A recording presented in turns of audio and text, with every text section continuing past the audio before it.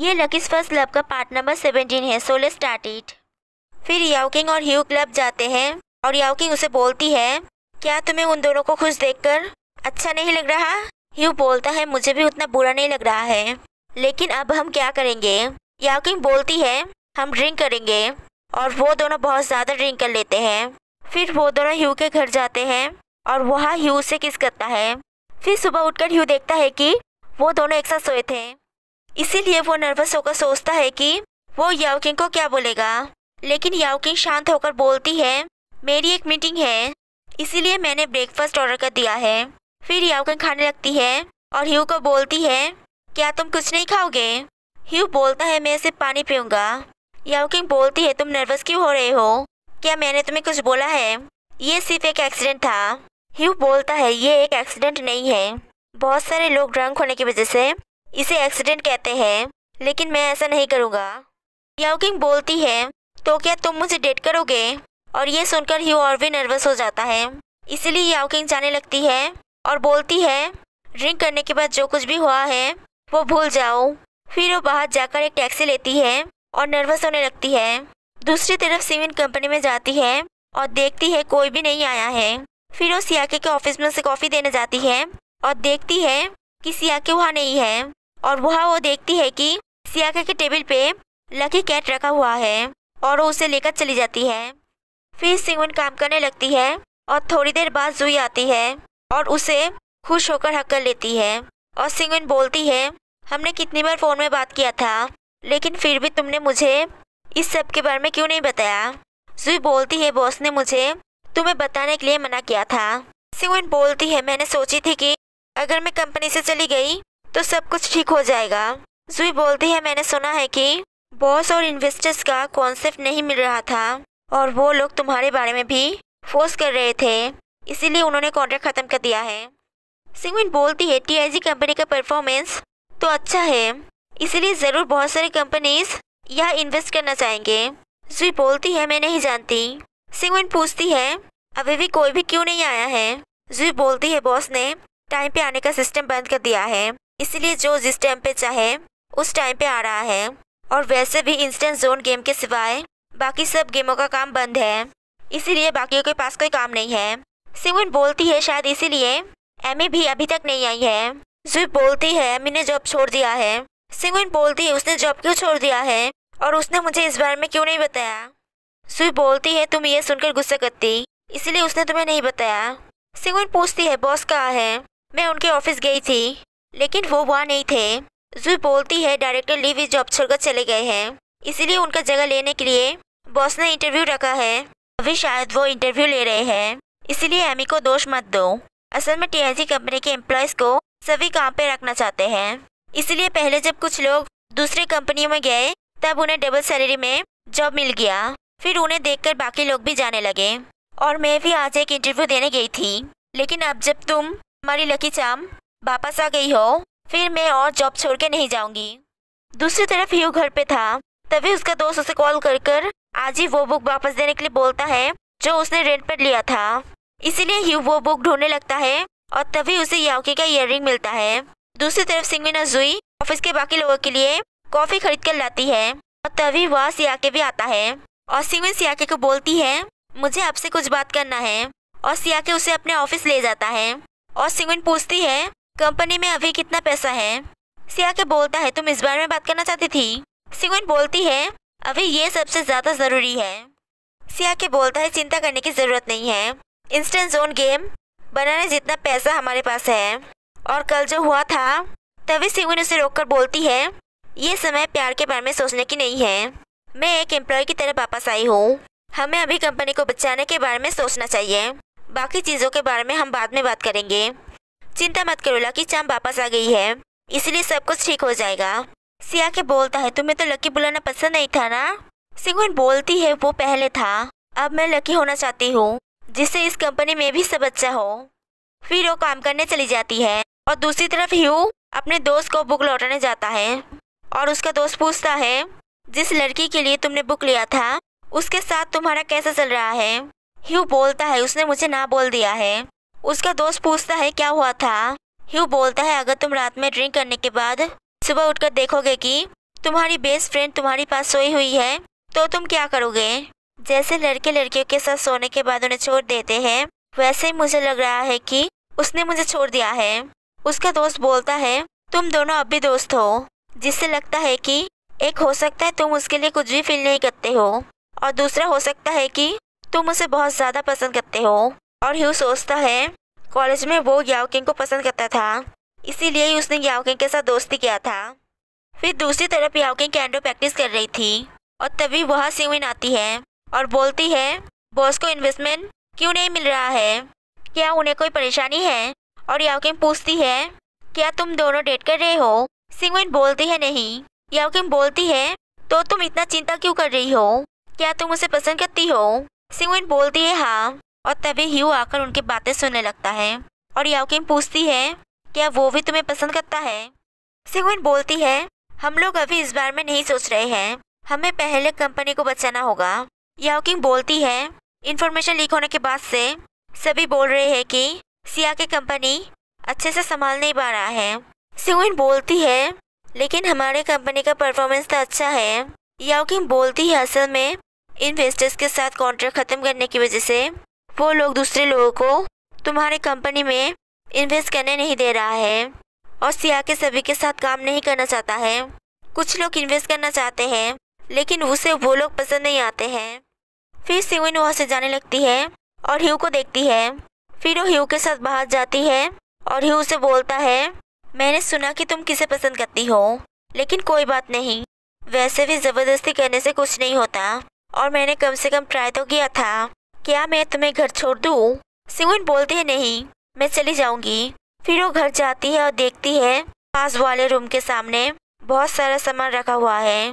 फिर वो अपने मॉम को पूछती है वहाँ इतना सामान क्यों रखा हुआ है? उसकी मॉम बोलती है वो अपने लड़के के साथ रहने के लिए यूएस जा रही है, वो रूम अब खाली हो गया है, अगर उस रूम में कोई लड़का रहने आए तो अच्छा होगा, तुम उसके साथ बात कर सकोगी। और सिंगविन अपने मॉम को ये सब बोलने के लिए मना कर कर अपने रूम में चली जाती है। दूसरी तरफ ह्यू 4 लिप पेंडेंट को देखने लगता है जो सिंगविन ने उसे वापस कर दिया था। फिर वो याओकिंग की इयररिंग देखने लगता है और उसके बारे में सोचने लगता है और सोचता है कि वो याओकिंग को पसंद करता है।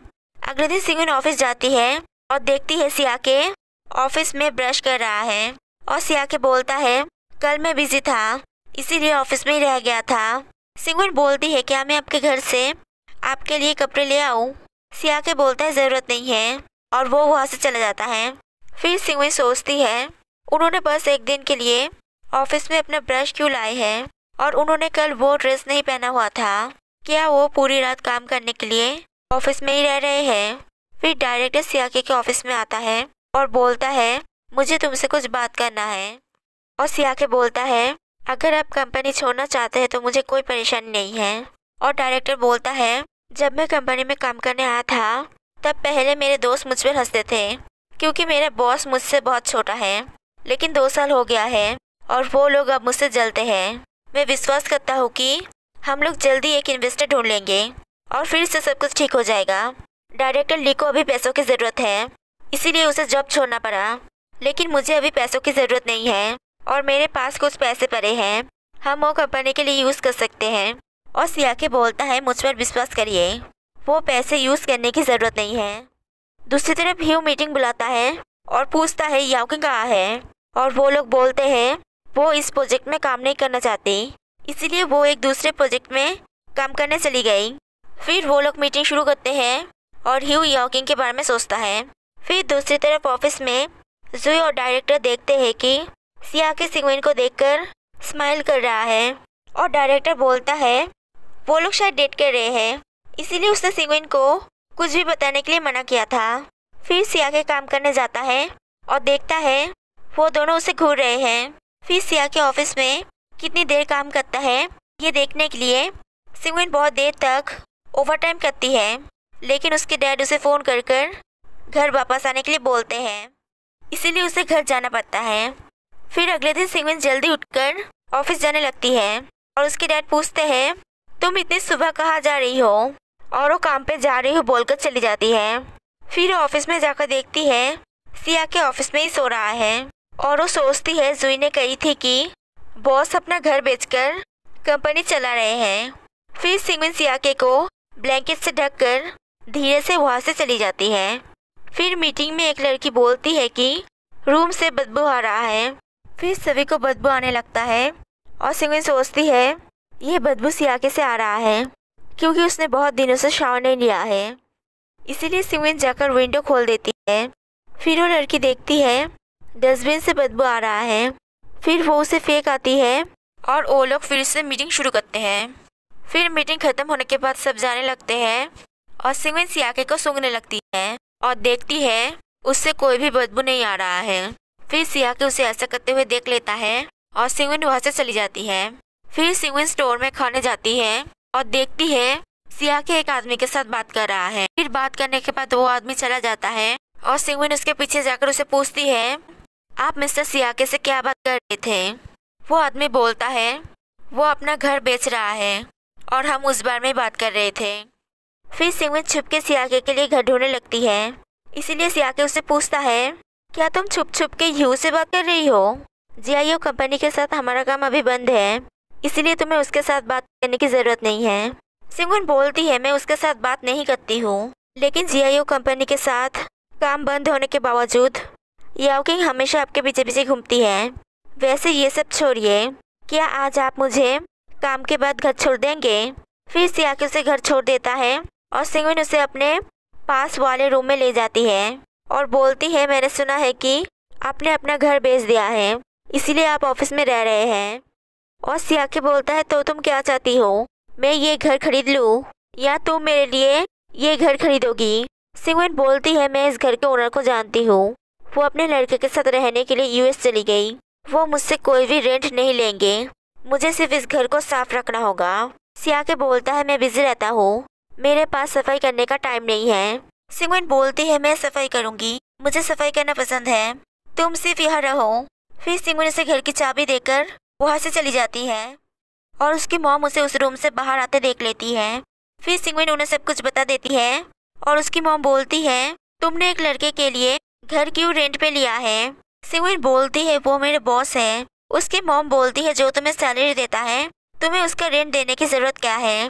सिंगविन बोलती है वो सिर्फ थोड़ी दिनों के लिए रहेंगे और मुश्किल में फंसे हुए दोस्तों को हमेशा मदद करना चाहिए। और उसकी मॉम बोलती है लेकिन याद रखना ऐसे लड़के पैसों के लिए तुम्हारी जैसी लड़कियों को बेवकूफ़ बनाते हैं। और सिंगविन बोलती है वो ऐसे नहीं है, वो बहुत अच्छे हैं, वो सबकी मदद करते हैं।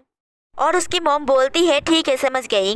और सिंगविन बोलती है लेकिन डैड को इसके बारे में पता नहीं चलना चाहिए। उसकी मॉम बोलती है ठीक है लेकिन वो क्या खाएगा। सिंगविन बोलती है मैंने उनके फ्रिज में फास्ट फूड रख दिया है।